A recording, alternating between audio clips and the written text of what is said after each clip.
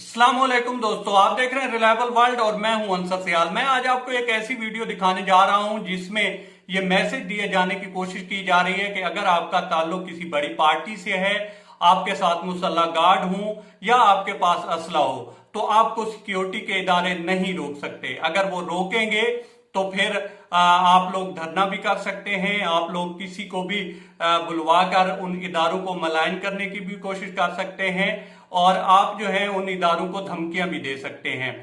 चूंकि आपका ताल्लुक जो है बड़ी सियासी पार्टी से है, भले ही आपके जो सदर हैं या आपकी पार्टी के जो बड़े हैं वो ये कहते रहे कि हम रूल ऑफ लॉ चाहते हैं, हम कानून की हुक्मरानी चाहते हैं, हम पाकिस्तान में कानून की हुक्मरानी चाहते हैं, लेकिन आप चूंकि इदारों से बड़े हैं तो आप कुछ भी कह सकते हैं। आप दोस्तों ये वीडियो देखिए और फिर आगे बात होती है। बंदे ने मेरी गाड़ी की तस्वीरें ली है, किस हुक्मनामे के तहत उन्होंने मेरे शनाख्ती कार्ड की तस्वीरें ली हैं, हुक्मनामा दिखाएं।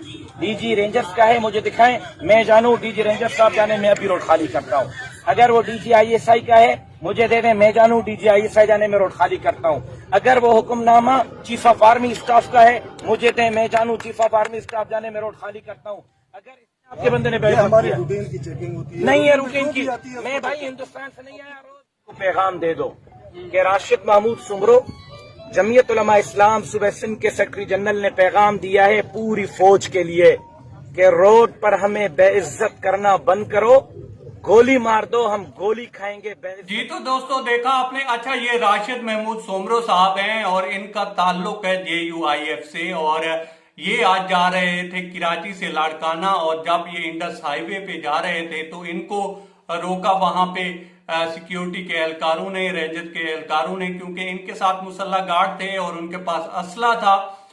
तो जब इनको रोका गया तो फिर इन्होंने ये हंगामा खड़ा कर दिया और आप देख ही रहे होंगे इस वीडियो में कि किस तरह से ये कह रहे हैं कि आप हमें कैसे रोक सकते हैं और आप हमारी किस कानून के तहत जो है तलाशी कर सकते हैं, और अगर आपको आर्मी चीफ ने कहा है तो बताएं, DG ISI ने कहा है तो बताएं, और इस तरह की वो बातें कर रहे हैं। और साथ साथ वो ये भी कह रहे हैं, हालांकि उनको बताया जा रहा है कि सर ये नॉर्मल रूटीन की चेकिंग थी और हमने ये रूटीन की चेकिंग करने की कोशिश की है, आप इसमें बुरा ना मनाएं। तो वो कहते हैं जी हम रोजाना देखते हैं, हमको इंडिया से तो नहीं है। दोस्तों इन पॉइंट्स को समझिए कि ये लोग भागकर इंडिया की ही मिसाल क्यों देते हैं और जब ये लोग पावर से बाहर जाते हैं तो फिर इस तरह की ही बातें ये क्यों करते हैं, फिर एक खास इदारे को ये टारगेट करने की कोशिश करते हैं और उसके बाद इसको नया रंग देते हैं जैसे आज हुआ है। अब ये देखें कि सिक्योरिटी के इदारों ने इनको रोका है और इनको कहा है कि भाई आप तलाशी दे दें, क्योंकि इनके ही कायद पे आपको भी पता होगा और इनको भी पता है कि 2 से 3 मरतबा खुद कुछ हमले भी हो चुके हैं जिसमें अल्लाह पाक ने उन्हें जिंदगी दी और वो बच गए हैं। अब अगर कुछ भी हो जाए तो फिर भी ये मलाइन करेंगे सिक्योरिटी के इदारों को, कोई जी उन्होंने हमें सिक्योरिटी नहीं दी। और जब सिक्योरिटी के इदारे इनको सिक्योरिटी देने की कोशिश करते हैं और हर तरह से इनको सेव करने की कोशिश करते हैं तो फिर भी इनको बुरा लगता है और फिर ये एक नया रंग देने की कोशिश करते हैं। एक बात तो समझ आती है कि इनके दिल में जो है इमरान खान के लिए एक बोग्ज है, या यूं कह लें कि खान साहब और मौलाना साहब की एक दूसरे से नहीं बनती, तो ये अक्सर कोशिश करते रहते हैं स्कोर सेटल करने की।